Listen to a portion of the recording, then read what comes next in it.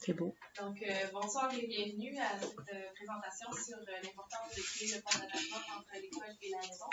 Le titre de la conférence de ce soir, c'est « Grandir, s'ouvrir et s'épanouir ».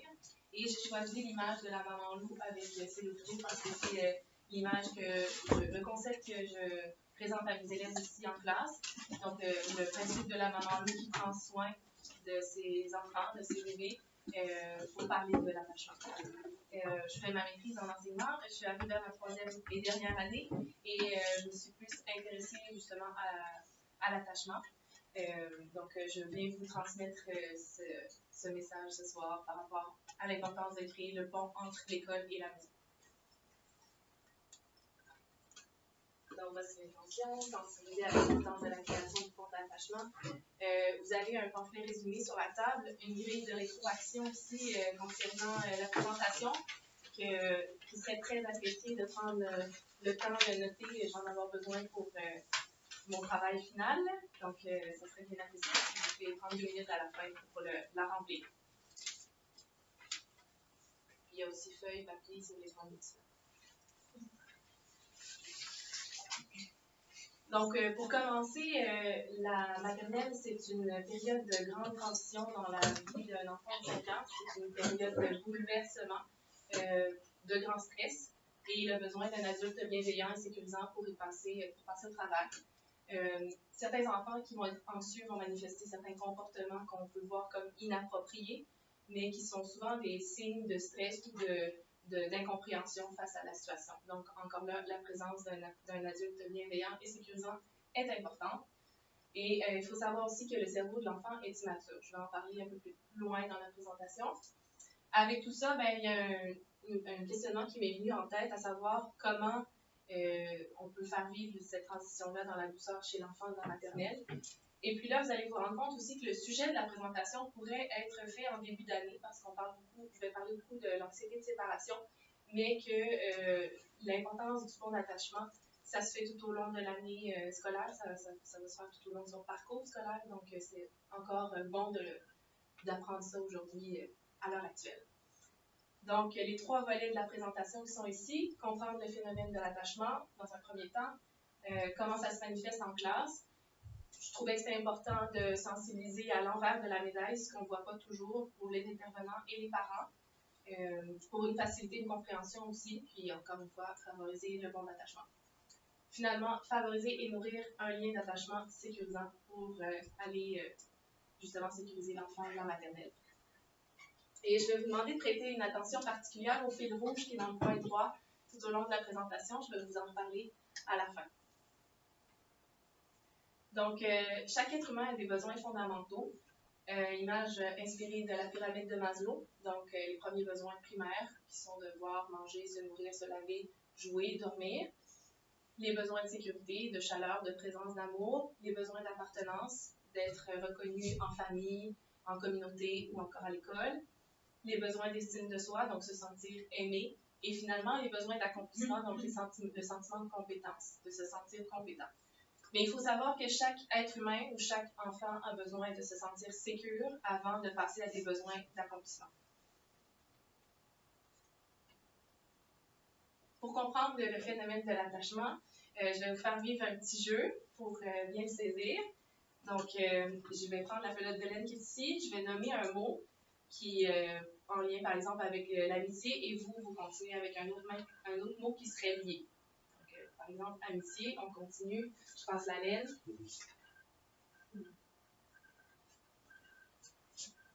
Je dirais l'amour. Je dirais on va juste tenir un petit bout chacun, comme ça. Okay. Le respect. Le bien-être. L'écoute.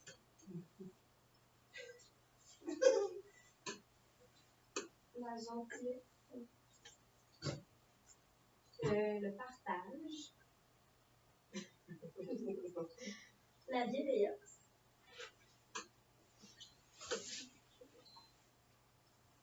La reconnaissance. Le bonheur. Ah oui, c'est le bonheur. L'empathie.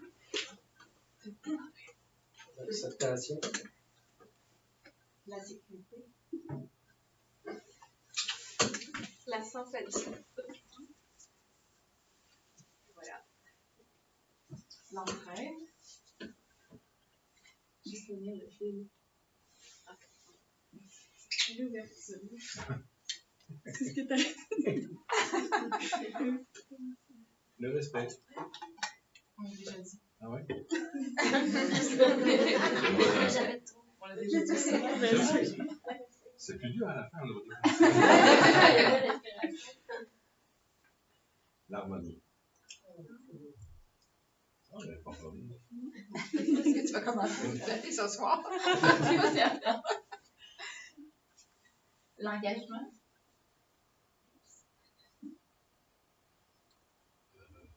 La concurrence. Parfait. Alors, vous voyez maintenant que, dans le fond, tous ces mots-là ont des liens entre eux. C'est un peu ça le principe de l'attachement. Donc, c'est tous en relation interreliée. Donc, maintenant,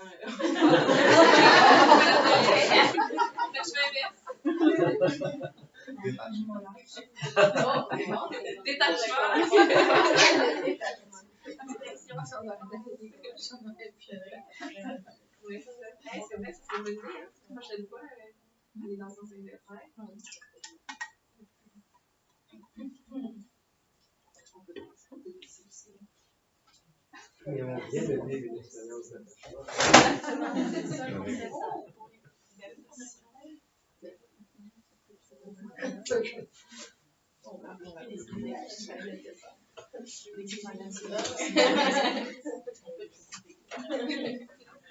C'est plus simple. Et voilà. On peut tenir ça.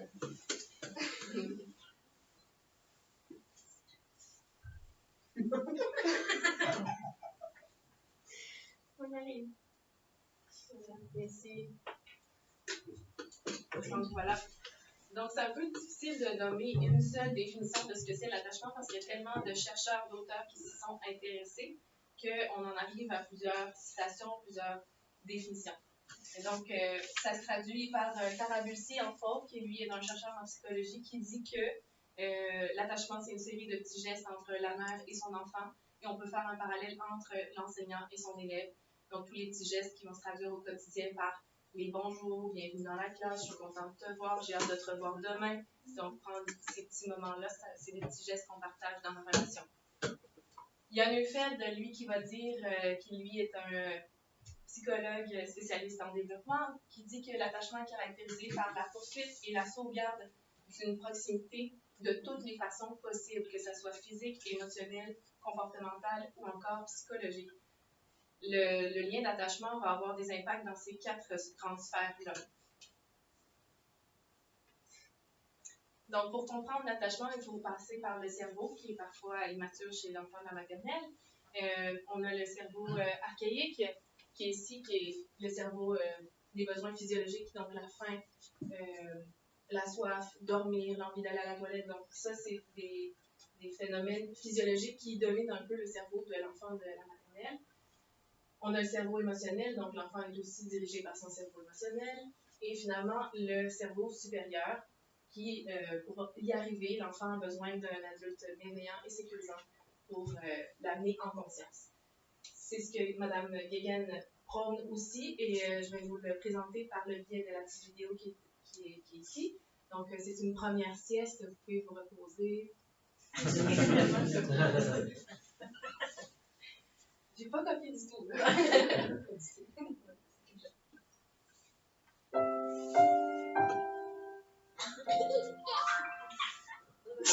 très simple, on a un cerveau archaïque, qu'on a en commun avec les reptiles, qui est là pour notre survie. On est toujours là, au fond de notre cerveau, et quand on est en grand danger, dans ce cas-là, soit on va fuir, soit on va attaquer, soit on va être ciblé.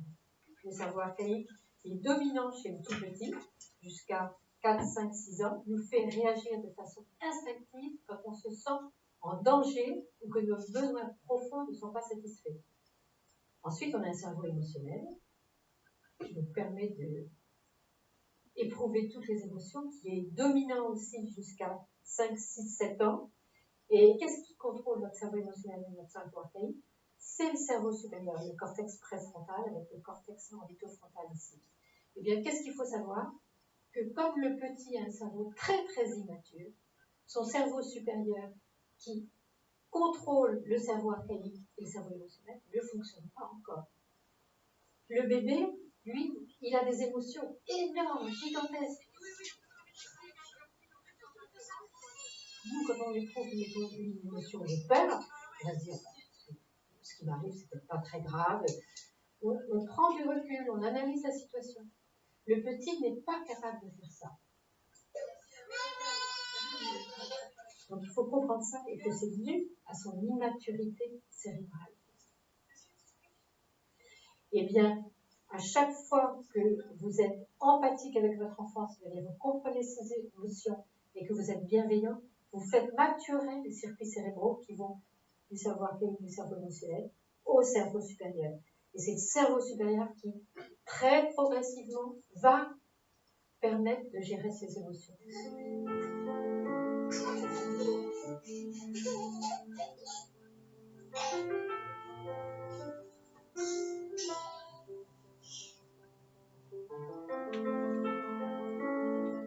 Donc voilà, les belles paroles de Mme Guillen. Ensuite, les neurones miroirs, qui, elles, dans le fond, sont une capacité du cerveau à capter ce qu'il y a dans l'environnement et qui va faire en sorte que l'enfant va reproduire le même comportement, qu'il soit positif ou négatif. D'où l'importance d'être un bon modèle pour l'enfant. Il y a encore une autre petite vidéo qui l'explique bien. La deuxième sieste.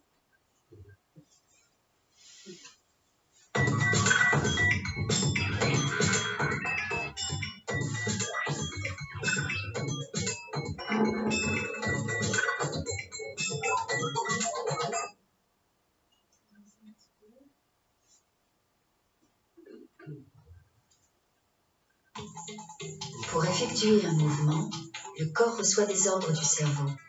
Les ordres sont envoyés par des microcircuits qu'on appelle neurones moteurs. À chaque action, des neurones moteurs spécifiques pour allonger le bras, pour poser la main sur la table ou pour attraper délicatement une cacahuète entre deux doigts. Nos cousins les singes disposent du même type de neurones moteurs. Il y a quelques années, des chercheurs italiens ont fait une découverte stupéfiante. Lorsque le singe observe quelqu'un qui saisit une cacahuète devant lui, ses neurones moteurs entrent en action comme s'il voulait agir lui-même et faire la même action que celui qui l'observe. Ces neurones moteurs sont des neurones miroirs. À travers eux, le singe, en regardant quelqu'un agir, se sent agir lui-même en se voyant à travers l'autre comme dans un miroir. Ces neurones existent probablement aussi chez l'homme. Ils pourraient nous permettre de rentrer dans la peau de l'autre, d'essayer d'agir à sa place, de parler quand il parle pour mieux déchiffrer ses actions, tenter de deviner ses intentions, se mettre à la place de l'autre, se regarder en lui comme dans un miroir. C'est peut-être une bonne manière de le comprendre. Peut-être.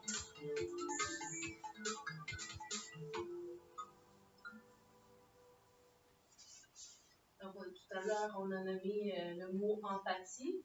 Ça pourrait être aussi en lien avec les neurones miroirs, Alex qu'on vient de voir. Au final de tout ça, l'adulte est bien important, comme on a pu comprendre avec ce que Guillen a montré, qu'on est présent pour l'aider à le comprendre dans ses émotions et l'apaiser. Pour comprendre le phénomène de l'attachement, il faut aussi parler des racines de l'attachement. Il y en a 6 qui vont vivre de l'âge de 0 à 6 ans et elles vont se vivre de façon séquentielle. Ce que Neufeld dit, c'est que s'il y a interruption au niveau de la maturation psychologique de l'enfant, il y a aussi une interruption au niveau de la maturité affective.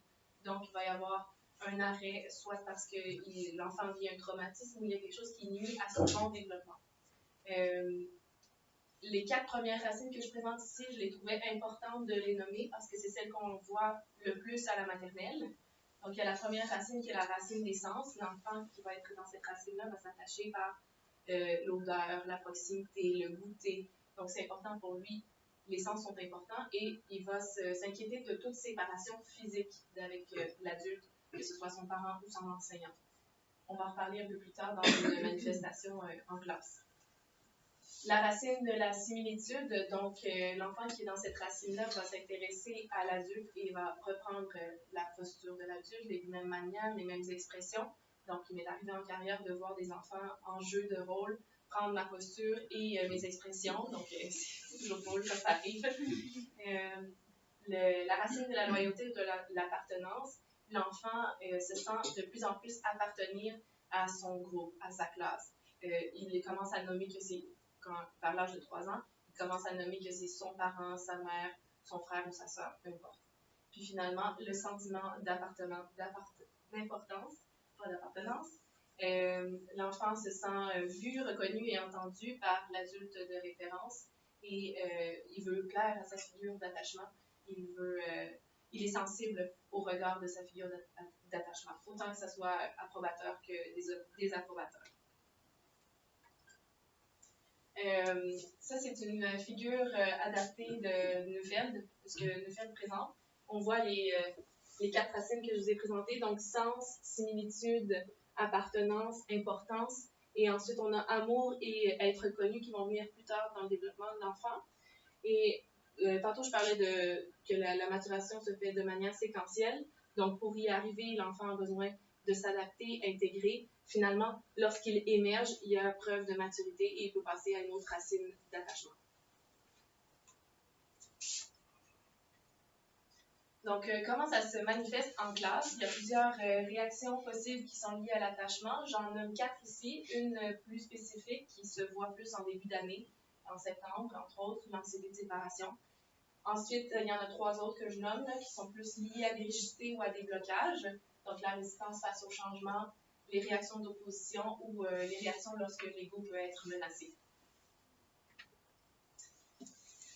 L'anxiété de séparation. Qu'est-ce que l'enfant peut vivre? Il peut se sentir en crise, en larmes, parce que justement, il se sépare de son parent lors de l'entrée à la maternelle, entre autres. Ou encore, on va le voir en classe, lorsque l'enfant quitte la classe, il va vers un autre environnement, donc ça peut être difficile pour lui de quitter l'endroit de référence. Les causes de ça, c'est que la séparation, c'est un des plus grands stress vécus chez l'enfant. Et Deborah McNamara, qui elle est conseillère, auteure et éducatrice, dit que la connexion humaine, c'est un des plus grands besoins. Donc, une séparation réelle ou anticipée, ça amène des réactions assez puissantes. Quels sont les moyens qu'on peut prendre pour arriver à un apaisement ou une aisance? C'est prendre des objets transitionnels d'attachement. Donc, en début d'année, je propose aux parents et aux élèves d'apporter un toutou qui vient de la maison, puis qu'ils peuvent utiliser lorsqu'ils sont dans un petit inconfort, un petit stress qu'ils peuvent aller chercher. Ou encore, l'année dernière, j'avais un enfant qui était très insécure vis-à-vis de la séparation de ses parents. Puis on avait remarqué, la TES et moi, que l'enfant était très attaché à maman. Donc, on lui avait permis d'avoir un petit foulard parfumé de maman toujours sur lui. Puis là, ça nous permettait de s'apaiser en classe aussi. Et il faut dire qu'il il réagissait beaucoup à la séparation de ses parents aussi, là, en début de vie. Donc, voilà un petit moyen qui était possible de fournir. Ensuite, la photo de la famille, de l'avoir pas loin en classe, ça peut aussi, ça peut favoriser aussi la sécurité de l'enfant. Un message de maman ou de papa après la rencontre de parents que je leur lis le lendemain pour leur faire prendre conscience que les parents sont venus, qu'ils sont contents de ce qu'ils ont réalisé jusqu'à maintenant. Puis en littérature jeunesse, ce qui peut être intéressant de présenter lors d'une séparation, le bisou secret, qui raconte l'histoire d'un petit raton laveur qui commence la maternelle et qui est un peu insécure vis-à-vis de la séparation de maman. Et maman lui dit qu'elle va lui faire un petit bisou dans la main, puis que si jamais il s'inquiète, il pourra toujours mettre le bisou près de son oreille pour entendre le je t'aime de maman. Donc, c'est intéressant de le lire pour l'inquiétude de l'enfant vis-à-vis d'une séparation.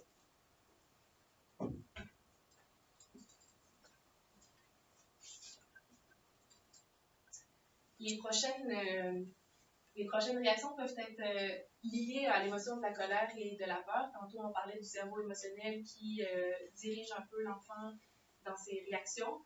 On peut leur apprendre des petits moyens concrets pour leur permettre d'arriver à leur cerveau supérieur. Donc, souvent, je leur montre à mes élèves en classe, Ça, c'est ton cerveau émotionnel. Tu peux réagir, mais tu peux aussi demander à ton cerveau supérieur de t'aider à l'apaiser. Puis, il y a une petite vidéo qui vous montre comment ça fonctionne.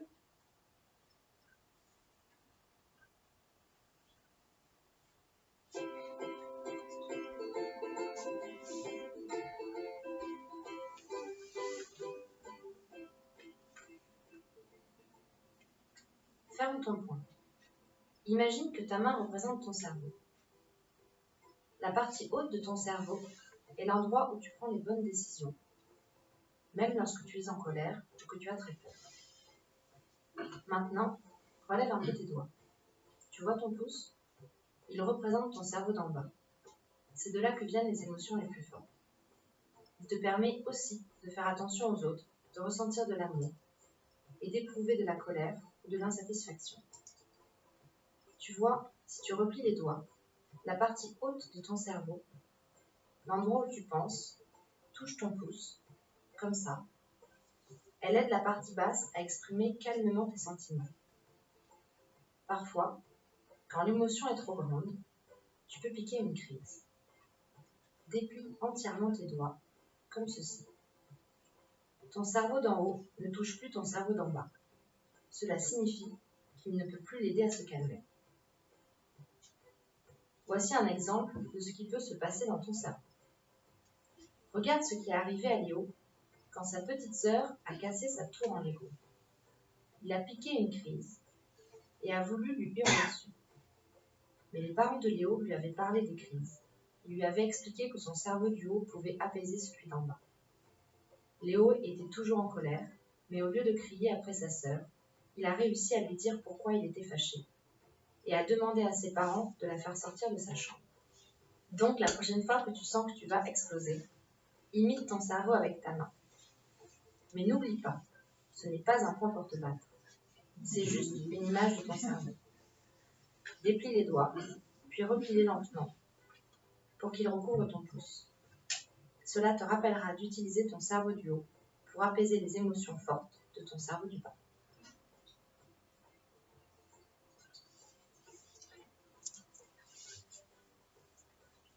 Il y a des enfants qui commencent à être pas mal bons en utilisant.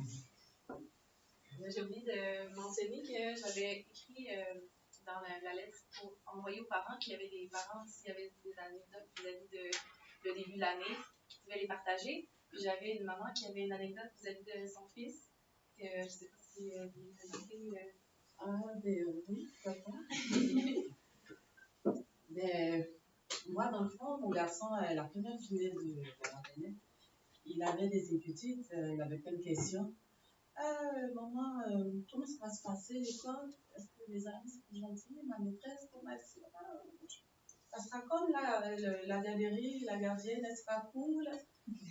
Bon, pour finir, moi-même, j'étais plus stressée que lui. Donc, j'ai essayé de garder mon cas. J'ai dit, mais non, tu vois, c'est pas pareil.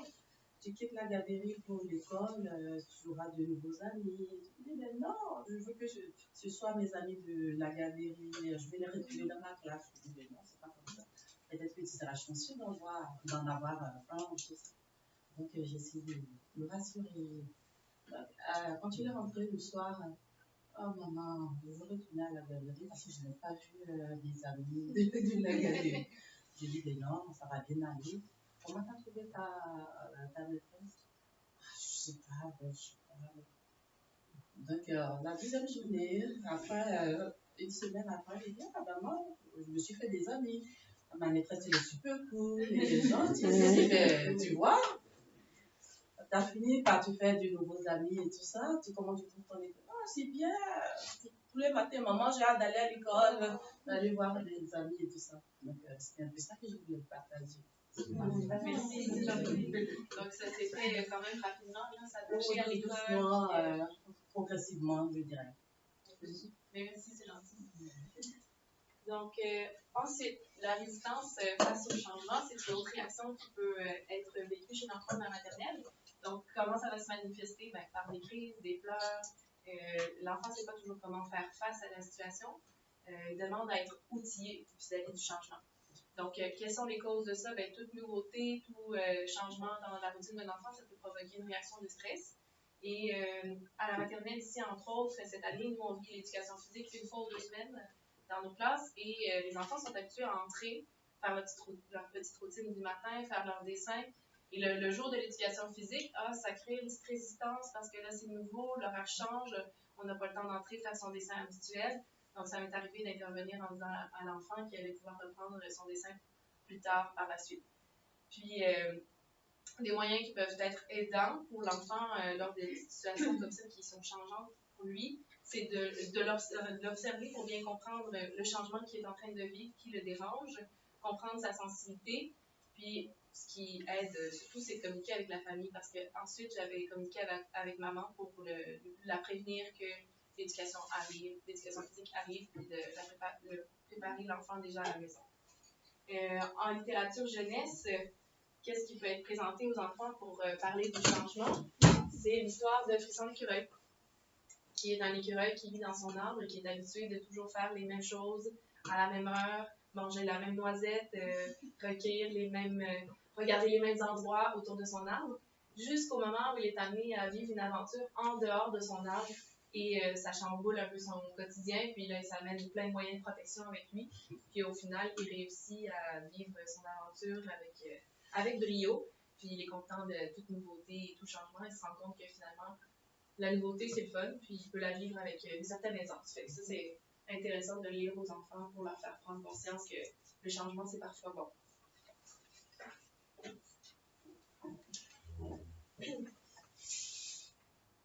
Ensuite, les réactions d'opposition.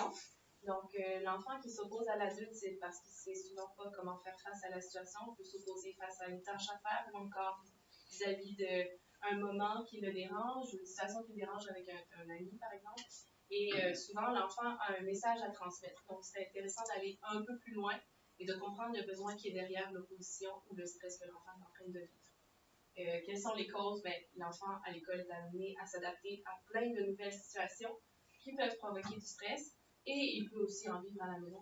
Il arrive toutes sortes de choses en dehors de l'école. Un exemple qui a été vécu avec un élève de la classe, c'est que il faisait face à une tâche qu'il n'était pas en mesure de faire et il ne voulait pas la faire au moment où ça a été présenté. Donc, j'ai convenu un autre moment dans l'horaire avec lui en lui disant, d'accord, tu ne le fais pas maintenant, mais tu es obligé de le faire à ce moment-là et on choisit ensemble, je le mets dans mon agenda, tu dois le faire à ce moment-là, comme on se le dit entre nous en ce moment. Puis au moment de le faire, il l'a bien fait. Donc, c'est une preuve de saine fermeté, de ramener avec lui que c'est à ce moment-là, puis on convient de ce moment-là ensemble, donc dans la collaboration. Quels sont les moyens qu'on peut prendre face à cette réaction-là? C'est offrir un temps d'apaisement pour ensuite revenir avec l'enfant, offrir une possibilité à l'enfant de travailler près de l'enseignante si justement il fait face à une difficulté dans la tâche. Offrir une responsabilité particulière, donc des fois ça permet de changer un petit peu la réaction. Et comme je l'ai dit dans l'exemple, convenir d'un autre moment pour faire la tâche à faire. Les réactions lorsque l'ego est menacé. L'enfant peut parfois manifester la colère, des pleurs ou encore il va vivre la honte parce qu'il est perturbé vis-à-vis des perceptions des autres, du regard des autres et de la situation qu'il est en train de se vivre. Donc, il va aller, par exemple, se cacher dans un coin de la classe parce que pour lui, c'est menaçant, ça l'attaque. Les causes de ça, encore une fois, ça peut être lié un peu à l'opposition. Il va se sentir menacé vis-à-vis d'une tâche à faire, que ce soit en grand groupe parce qu'il se rend vulnérable, puis il n'y a pas toujours les moyens d'arriver à faire la tâche. Donc, il n'est pas dans un sentiment de compétence. En carrière, j'ai vu un enfant qui était très pris dans un temps affectif lorsqu'on était en période de jeu libre. Puis lui, justement, il était dans son temps affectif, donc il ne me prenait pas le temps de me demander pour aller à la toilette. Il faisait sur lui-même. Donc, on avait convenu d'un petit moment ensemble pour que tout ça arrive sans qu'il soit dérangé par le regard des autres parce qu'il était très, très sensible à la réaction des autres, comment les autres pouvaient le regarder. Donc, on avait convenu d'un petit signe ensemble, puis tout passait dans la discrétion. Puis, il appréciait vraiment, il était compréhensif vis-à-vis de cette sensibilité-là pour lui. Donc, qu'est-ce qui peut être fait pour aider l'enfant qui vit avec l'ego menacé? Valoriser l'enfant lors de ses bons coups, par des ancrages positifs. Donc, ce que je fais beaucoup en classe, c'est lorsque l'enfant réussit une tâche qu'il a trouvée difficile, qu'il va au bout, et puis, ou qu'il a fait un comportement pro-social, là, qui a été généreux envers un autre, ou qui a reconnu une force chez un autre, ben, je demande un temps d'arrêt à toute la classe, puis je fais lever l'enfant sur la chaise, puis je nomme ce qui a été fait, puis je demande à tout le monde de l'applaudir, puis après ça, je demande à l'enfant comment il se sent, lui, vis-à-vis de ça, puis souvent, il se sent compétent et fier, puis au moment de refaire la même chose, ben, c'est un ancrage pour lui, donc ça vient dans l'aisance. Qu'est-ce qu'on peut faire au moment de cette réaction-là aussi, c'est offrir un endroit d'apaisement, quelques minutes, puis ensuite revenir avec l'enfant pour lui parler. Parce que souvent, à ce moment-là, ben, l'enfant est en fermeture, hein, puis il ne veut pas nécessairement nous confier ce qui est en train de se passer. Prendre l'enfant à part pour lui parler, donc en dehors du regard des autres, pour pas qu'il se sente menacé. En littérature jeunesse, j'ai pas le livre avec moi, mais j'ai les livres de la même collection, qui sont aussi en lien avec les racines d'attachement. Donc, comme toi, qui est plus dans la racine de la similitude, sans toi, pas vraiment relié, mais ça peut être intéressant d'amener le contraste entre les deux. Puis, le livre ici, c'est Entre toi et moi. Donc, c'est l'histoire d'un cochon et d'un lapin qui vivent la même situation, mais qui n'ont pas les mêmes perceptions pour parler de la situation qui est en train de se produire. Donc, c'est bon de l'amener aux enfants en disant que des fois, on peut se retrouver au même endroit, au même moment, mais qu'on ne perçoit pas les choses de la même façon.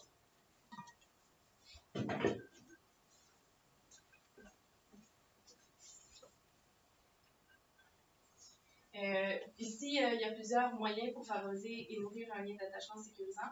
Je vais parler de ceux qui sont en gras et les autres sont plus détaillés dans le petit pamphlet résumé que vous pourrez les regarder. Donc, tout d'abord, les attitudes favorables, bien évidemment, exprimer un amour inconditionnel envers son enfant, lui montrer qu'on a du plaisir d'être avec lui. Les moyens favorables, favoriser des temps de qualité avec son enfant, prévoir du temps dans l'horaire pour jouer avec lui. Souligner les forces et les qualités, par le biais, entre autres, de l'activité de la main des qualités dont je vais vous parler un peu plus loin. Faire sentir à l'enfant que son besoin sera entendu, donc de mettre du temps à l'horaire pour discuter avec lui et s'intéresser sincèrement à ce qu'il fait en classe. Mentaliser l'émotion qui est vécue, donc juste de dire, par exemple, je vois que tu es en colère, ça peut amener l'enfant par les neurones miroirs de voir que ça s'est entendu. Ah, je suis en colère, donc je reconnais ma colère, puis ça va lui permettre de s'autoréguler davantage. En classe, qu'est-ce qui peut être fait, tant en classe qu'à la maison, là, c'est de travailler les émotions, la joie, la tristesse, la colère et la déception. Les autres moyens pour favoriser et nourrir le lien d'attachement sécurisant, entre autres, prévoir des activités à venir sur le calendrier pour anticiper le changement. Tantôt, on parlait de résistance au changement, donc ça peut être un moyen pour anticiper. Faire des jeux de société. Nous, ici, à l'école, on propose aux parents de venir en classe faire des jeux de société à 3 moments dans l'année. Au début de l'année, vers Noël, puis vers la fin de l'année. Puis c'est toujours un moment qui est très affectif entre le parent et son enfant, puis on vient vivre ça à l'école, donc c'est un moment positif que l'enfant garde en tête, puis quand on le représente à nouveau, ben les visages sont rayonnants parce qu'ils se rappellent de ce beau moment-là vécu. Donc, autre chose, afficher les diplômes et les certificats de l'enfant. On parlait du sentiment de compétence. Les afficher à la maison, ça peut être une bonne chose pour l'enfant pour qu'il s'investisse davantage à l'école. L'activité de la main des qualités, dans le fond, c'est de nommer les qualités et les forces qu'on peut avoir. Donc, moi, ce que je fais en classe, c'est qu'on nomme nos qualités, nos forces sur le tableau. Puis ensuite, les enfants tracent leurs mains, mettent les couleurs qu'ils veulent. Puis moi, je viens écrire le nom de la qualité qu'ils se sont reconnus. Puis ensuite, on les met en classe. Ça fait le bouquet des fleurs des qualités. Puis ça permet de faire un ancrage sur ce qu'ils reconnaissent en eux. Et on vient travailler avec nos forces et nos qualités en classe. Ça peut être aussi fait à la maison, en famille. En conclusion, afin que l'enfant se développe bien, ça prend des adultes significatifs et bienveillants autour de lui. Il est donc important de nourrir le pont d'attachement tout au long de son parcours scolaire. Il faut penser à aller au-delà de la maternelle parce que ça aura des impacts tout au long de son parcours. puis que ça va lui permettre de s'engager et de s'investir. Donc, s'il y avait vraiment une chose à retenir ce soir en sortant d'ici, c'est de penser à sécuriser l'enfant pour qu'il s'ouvre davantage aux apprentissages et qu'il s'investisse tout au long de son parcours. Donc voilà, j'espère que cette présentation vous aura plu et vous en aurez appris davantage sur l'enfance de la maternelle. Puis je vous avais parlé aussi...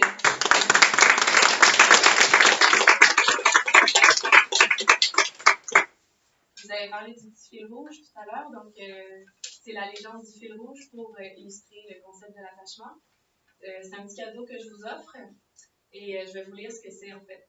Donc, selon une légende chinoise, lorsqu'un enfant naît, des fils rouges invisibles relient l'âme du nouveau-né à toutes les personnes qui seront présentes dans sa vie. Au fur et à mesure que les années passent, les fils se raccourcissent, resserrant les liens entre l'enfant et ceux qui sont importants dans sa vie. Ces fils peuvent s'étirer, s'amincir, mais jamais ils ne se casseront. Les liens d'attachement sont nécessaires à l'enfant pour se développer sainement.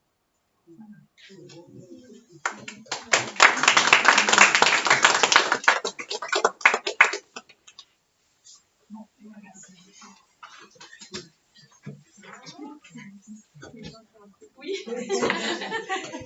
Merci beaucoup, merci.